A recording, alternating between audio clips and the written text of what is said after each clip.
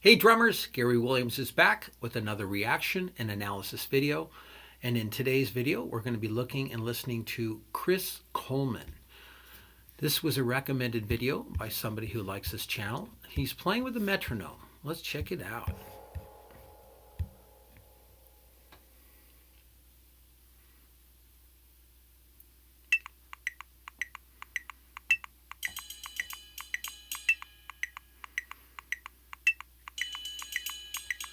Okay, so I'm going to just explain for some of you that might not know exactly what's going on with this metronome, besides the obvious fact you have beep, 2, 3, 4, 2, 3, 4, beep. But he's got E. Instead of having a subdivision of constant 16th notes, he's actually got softer playing the E's and U's of the beat. So he's got this bop, 2, 3, 4, bop, and then underneath he's got button, button. 1E, a 2E, a 3E, a 4E, a 1E. So that's what's happening on the metronome.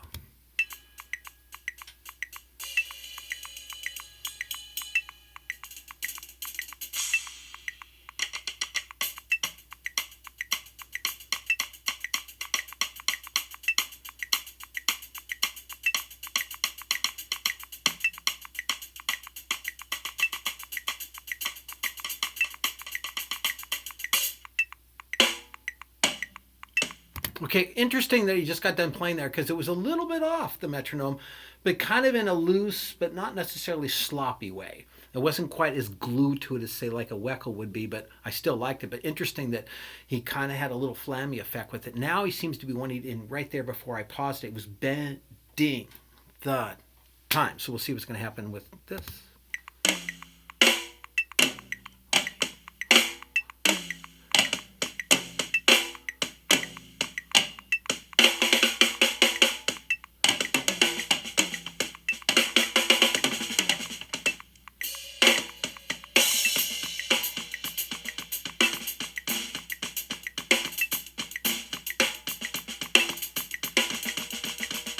Okay, so the oscillator he's got going on right now is what his metronome was doing with the subdivision. Done. Still got this beat, then his bass drum going. What E, a 2E, a E, a 4E. It's a 16th note kind of displacement.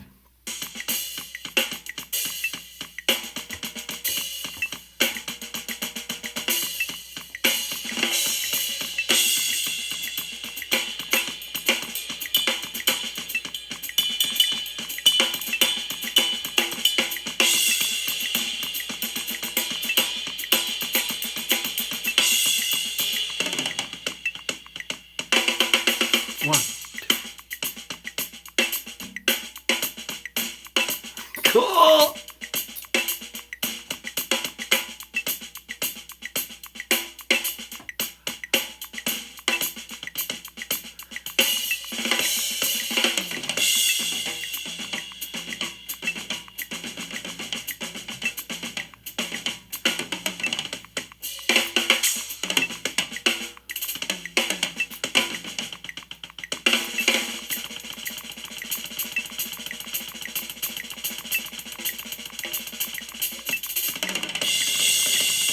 Okay, pause it right there. Very fast.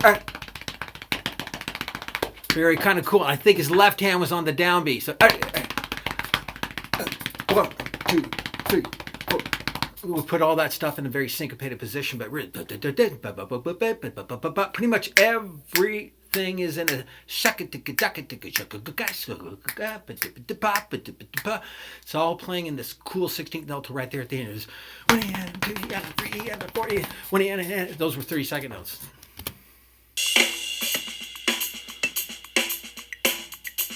Okay, now what he was doing earlier, and he's doing it again, he's doing the 16th note displacement stuff, okay? I was first introduced to this way back, I think, and it was the late 80s, early 90s on the Dave Weckl book, Contemporary Drummer Plus One. And he called it backwards drumming. And he stumbled onto it with Jay Oliver when they were doing a jam session. Jay Oliver was his writing keyboard partner at the time. And so Jay started playing something, and then Weckl came in and started jamming, and he noticed that Jay was having some problems. This is the story. So they paused it, because they recorded this. They recorded a lot of their jams. And then when they listened back, Dave didn't understand what the deal was until Jay explained where the downbeat was not where Dave Weckl felt the downbeat. when he heard where the downbeat was, all his ideas had a much more sophisticated sound because he was hearing them starting from a different spot in the time. So though you could play something simple in terms of the beat pattern when it's displaced on a 16th note axis, moved forward or backwards like to the E or to the before the downbeat, E is after the downbeat, then the whole thing has a much more complex sound because you're playing against the time. So the real book to get into this that just totally gets into this is the Gavin Harrison book, Rhythmic Illusions, which I mentioned some other solos by the drummers that do that kind of really crazy displacement stuff. So he's now doing that very heavy displacement stuff.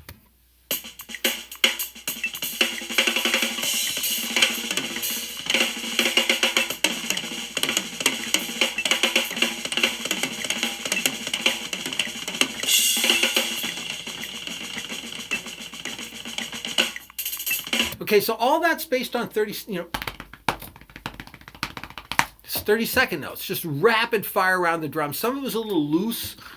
There's a really cool concept in Time Awareness, a book by Peter Erskine that I went through. It's more of a concept book, very deep. But he gets into this concept called destination points, where he doesn't necessarily try to play in a subdivision of, 8th notes, 16th notes, 16th note triplets, what have you, in this case 30-second notes. He's definitely now, right before I paused it, totally into a 30-second note subdivision, locked in nicely with the click, because they've got it right there, you can see it. But before that, he was kind of like flurrying it, sort of phrasing ideas in terms of like just a rush of notes until he came to the down point. He's definitely done that earlier in some points where you could hear earlier when he was pushing and pulling. He was aware of the time, but he wasn't trying to be metronomically in time. He could hear where the destination points being the downbeats, because he got the beep, boop, boop, boop, beep, this kind of Dr. Beat effect where you can have a separate tone for beat one, so you always know where the downbeat is. So anyways, let's see what happens next.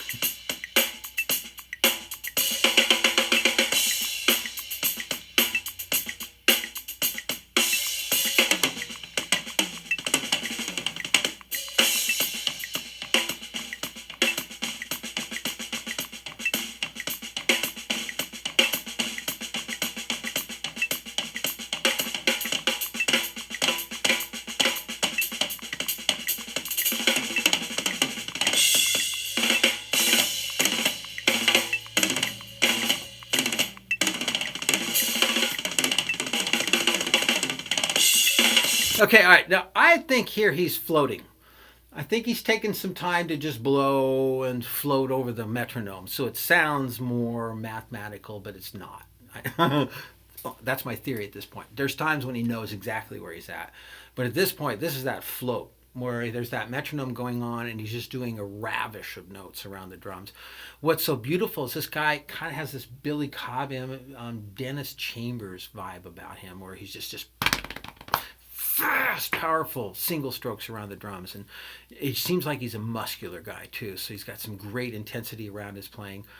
Sort of harken back to some early Tony Williams stuff. But again, Billy Cobham, and he just has that going. So he's flying around the drums. A lot of 1, 2, 1, 2, 1, 2. So he's got the 3 toms. So he's just rushing.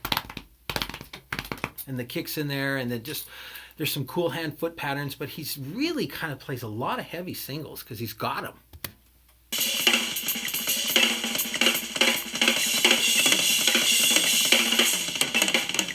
Here's some. Dot, dot, dot, dot, dot.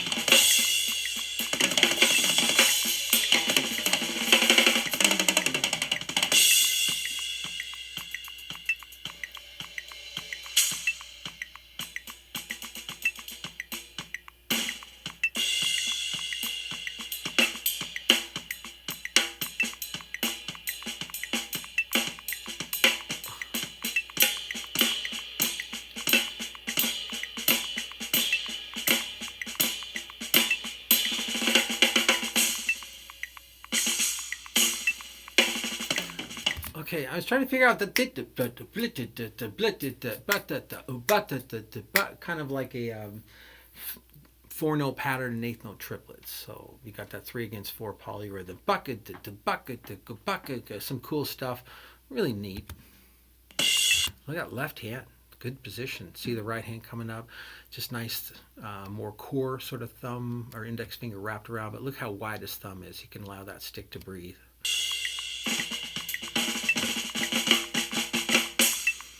Just flams.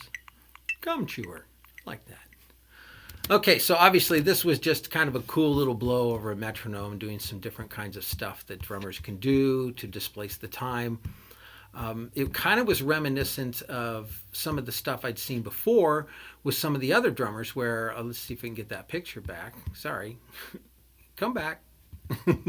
Sorry about that.